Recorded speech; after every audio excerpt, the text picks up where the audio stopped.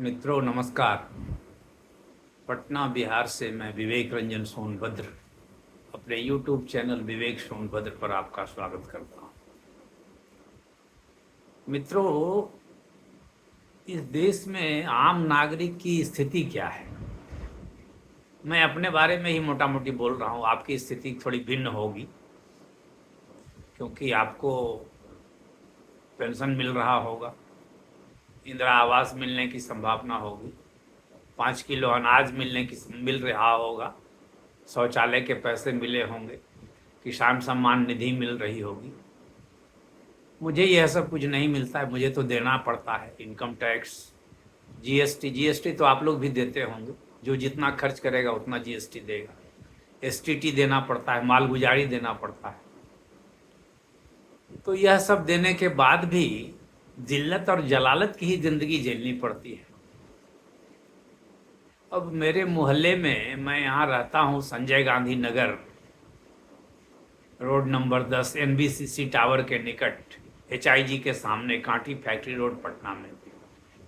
कल सुबह से रोड पर 1 फीट 2 फीट के बीच पानी जमा हुआ है, कहीं आना जाना मुश्किल है।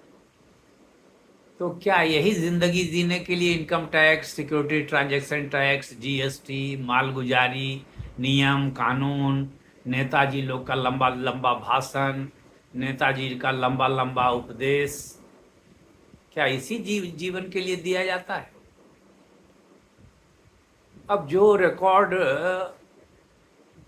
नूरसराय अंचल कार्यालय में पहले दुरुस्त था उसको खराब कर दिया गया है। मैंने प्लॉट नंबर गायब कर दिया गया। उसके बाद सीओ को चिट्ठी लिखो तो सुनते नहीं है, परिवारजन पर डालो तो 25 तरह का ऑब्जेक्शन करते हैं।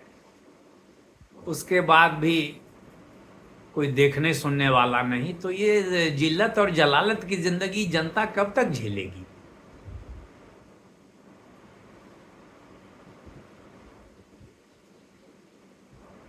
मैं तो अपनी सुना रहा हूं, आप लोग तो अपनी देख ही रहे होंगे।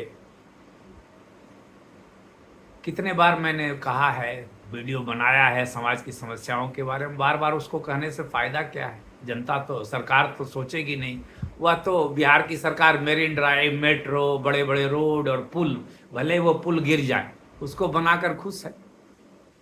सरकार खुश है कि हमने पीएमसीएच को इतना बड़ा बना दिया, उस पर हेलीपैड बनाने जा रहे हैं।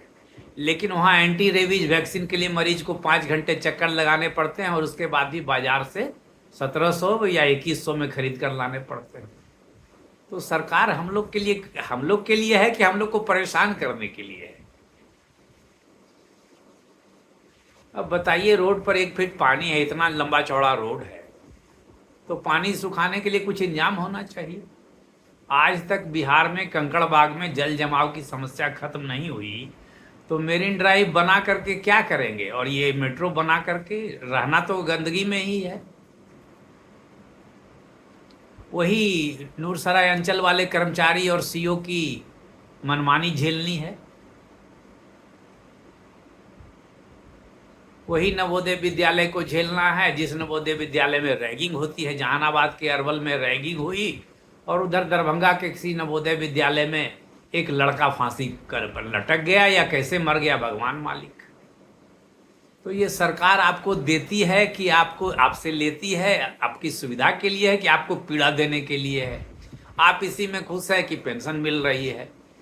अरे भाई, पेंशन मिल रही है तो आपके लाखों रुपए सहारा वाले क्यों नहीं मिल रहे हैं? सहारा में जो लाखों रुपए आपके फंसे हुए वो तो नहीं मिल रही है। तो ये सरकारें, चाहे केंद्र सरकार हो या राज्य सरकार हो, कर क्या रही है?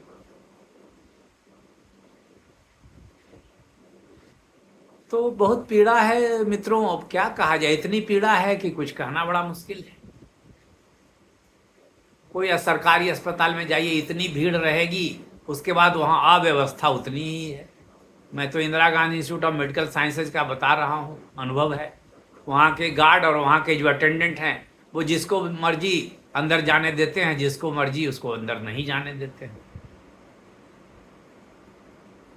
और भी कई समस्याएं हैं। मैं बराबर वीडियो में आपसे बात करता रहता हूं और करता रहूंगा। लेकिन सोचिए, मैं तो सोचता हूं, लगता है कि यह प्रक्रिया लोकतंत्र और संविधान और मतदान और वोट डालना सब ढकोसला हो गया है। मैं भी आज तक ज़्यादा तो नहीं, क्योंकि बार बार ट्रांसफर होता है, तो कभी वोटर लिस्ट में नाम है, कभी चढ़वाया तो चढ़ा, नहीं तो आज तक तो कोई चढ़ाने नहीं आया, जाने पर ही चढ़ता है। तो वोट दिया हूँ, लेकिन लगा नहीं कि वोट देने से कोई फायदा है, कुछ मेरा मेरा व्यक्तिगत कुछ भला हुआ, कुछ नहीं हुआ आज तक। वही सड़क पर पानी है, अंचल कार्यालय में मनमानी है, ऊपर से उस पर टैक्स की देनदारी है, टैक्स दीजिए, रिटर्न फाइल करिए, ये करिए, वो करिए, और नेताजी का भाषण सुनिए घंटों। पार्लियामेंट में देखिए एक से एक नौटंकी है, हमने ये कर दिया, हमने वो कर दिया, और यहाँ कुछ हुआ ही नहीं। तो ठीक है मित्रों, मैंने अपनी पीड़ा बताई। हो सकता है आपको लगेगा कि नहीं, मैं थोड़ा ज़्यादा बोल रहा हूँ, बेवजह बोल रहा हूँ, हो सकता है, लेकिन मैं अपनी पीड़ा सोच कर बोल रहा हूँ। मैं अपने रास्ते पर सही हूँ कि नहीं, पीड़ा तो है। अब सड़क पर निकलने के लिए जगह नहीं है, तो हम मेरीन ड्राइव पर पहुँचेंगे कैसे, मेट्रो स्टेशन पर पहुँचेंगे कैसे, और हवाई जहाज पर चढ़ेंगे कैसे। न्यायपालिका का हाल भी मैंने देखा मित्रों, रेरा में और कंज्यूमर कमीशन में मामूली शिकायत में 3 साल होने जा रहे हैं, अभी तक कोई फैसला नहीं है। तो ये संविधान और लोकतंत्र और न्यायपालिका और न्याय का मंदिर और फलाना और ढिमाका मेरे किस काम का है, मुझे तो पता ही नहीं चल रहा है। तो ठीक है, नमस्कार, राम राम, आपका दिन शुभ हो।